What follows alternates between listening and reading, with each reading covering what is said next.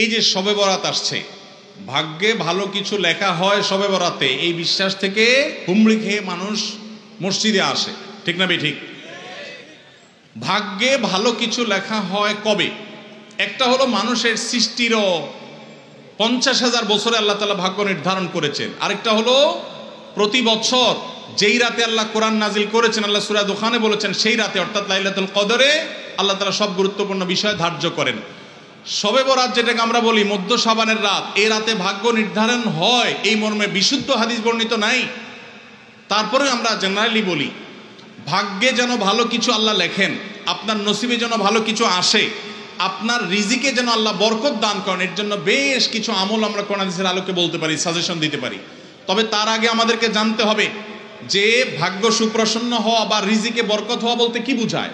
বা রিজিকে বরকত হওয়া বলতে বুঝায় আপনি যা কামাই করবেন এর ভিতরে আল্লাহ তাআলা কল্যাণ দিবেন, যা কামাই করবেন এর ভিতরে বরকত হবে, প্রাচুর্য না, অনেক টাকা না, যা হবে এটাতে কি হবে? বরকত হবে। আমরা কি বরকত চাই না সম্পদ বেশি চাই? বরকত চাই।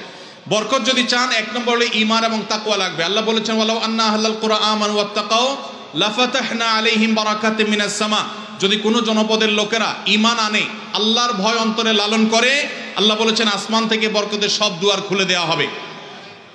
এজন্য ভাই, ঈমান যদি থাকে, তাকওয়া যদি থাকে, গুনাহমুক্ত জীবন গড়ার সংকল্প যদি থাকে, বরকত আসবে জীবনে। নাম্বার 2, ইস্তেগফার বেশি বেশি করলে, আল্লাহ বলেছেন সূরা নূহের মধ্যে, যদি কেউ ইস্তেগফার করে, নূহ আলাইহিস সালাম তার জাতিকে বলেছেন ফাকুলতু আস্তাগফিরু রাব্বাকুম ইন্নাহু কানা গাফফারা ইউরসিলিস সামাআ আলাইকুম মিদরারা ওয়া ইমদিদুকুম বিআমওয়ালিন ওয়া বানিন ওয়া ইয়াজআল লাকুম জান্নাতিন ওয়া ইয়াজআল লাকুম আনহারা। আল্লাহ নবী নূহ আলাইহিস সালাম বলেছেন, আমি আমার জাতিকে বলেছি তোমরা আল্লাহর কাছে ইস্তেগফার করো, ক্ষমা প্রার্থনা করো।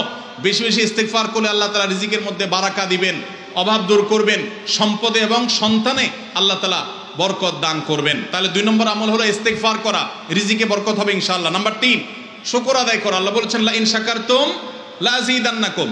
আপনি কোনো কিছু পেয়েছেন, আলহামদুলিল্লাহ বলেন, যা পাইছেন শুকর আদায় করেন, আল্লাহ নেয়ামত বাড়ায় দিবেন। নাম্বার 4, দান সাদাকা করা। আল্লাহ তাআলা বলেছেন ইয়ামহাকুল্লাহুর রিবা ওয়া ইউরবিস সাদাকা। আল্লাহ সুদকে ধ্বংস করবেন, তবে সাদকা এবং দান এটাকে আল্লাহ তাআলা বাড়িয়ে দিবেন।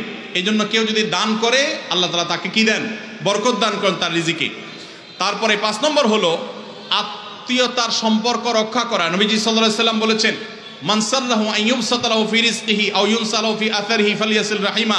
যে ব্যক্তি চায় তার আত্মীয়তার সম্পর্কে, যে ব্যক্তি চায় তার হায়াতে বরকত হোক, তার রিজিকে বরকত হোক, সেই জন্য আত্মীয়তার সম্পর্কের সাথে সম্পর্ক ভালো রাখে, আত্মীয়দের সাথে, অর্থাৎ রক্ত সম্পর্কে আত্মীয়দের সাথে যেন সম্পর্ক কানেক্টেড রাখে, বিচ্ছিন্ন না করে, তাহলে তার রিজিক এবং হায়াতে বরকত হবে।